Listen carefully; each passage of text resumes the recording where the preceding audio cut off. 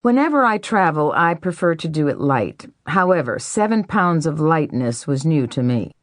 Having done the trek herself, my friend Anna warned me that each ounce I carried in my backpack would soon become tons after a few weeks. So, shoes would be essential and must be carefully selected. Just 1 pair to walk in and 1 pair to put on at the end of each day. I have always had trouble with extraneous sounds while sleeping. I knew I would be sleeping in shelters or refugios along the way with many others who snored, coughed, talked, and dreamed out loud. I wondered about my ever-present sound machine. Too heavy, I decided. I couldn't carry the batteries. I opted instead for earplugs, even though I had been told by my homeopath and my acupuncturist that earplugs obstructed the meridians to the kidneys.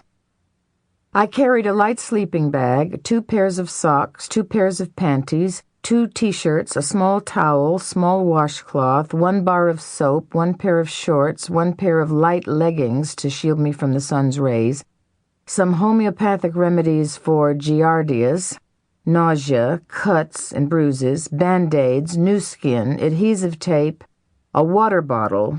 There would be fountains of clear water in every village along the way.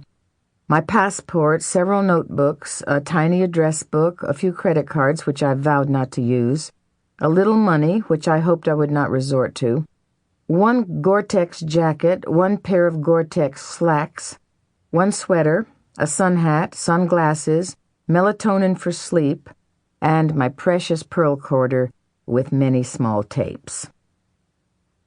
I am a Taurus, and therefore a person who accumulates things. I immediately understood that this journey would be an examination of what was essential to me. The road and her energy will provide all you need, Anna told me. She will tell you what to throw away, and you will become humble as a result. You will see what a temple your body really is, and you will discover your essence. She told me I would find a stick to walk with. It would speak to me, she said, as though it wanted to help. I would receive messages from the path as though it were talking to me, until I became the path and all of its history. Now, I met with others who had taken the pilgrimage. They advised me not to eat too much and to drink lots of water, at least 2 liters per day. There would be many good restaurants, but it was best to stay within the energy of the path's intent, which was to be essentially stripped of trappings. I should not be afraid of anything while trekking. First of all, they told me, the Spanish government protected all pilgrims and had harsh laws against interfering with the pilgrim's progress. I was told it would be better to walk alone, even though I would encounter many people along the way. Everything I carried with me would be a distraction. I should learn to let go, and I should be prepared to die, because to do such a pilgrimage meant that I was ready to give up the old values that conflicted my life. In preparing for my walk, I decided to rehearse with my backpack. I packed all the items I would be taking with me and decided to walk the hills of Calabasas in California. It was a trail I had often taken. As I parked my car at the entrance, out of the corner of my eye, I noticed a Latino man, scruffy, no shoes, slightly wild-eyed, in the trees near the trail. Well, I ignored him. I locked my car, strapped on my backpack, and began my hike. I fingered my Swiss Army knife, and I made a mental note that I was safe with it. I also noted that I would try to make it way up the trail to a bench where I knew I could remove my backpack and rest. Thus began my contemplation on how goal-oriented I was. I walked for miles thinking about reaching that bench, and then I walked even further.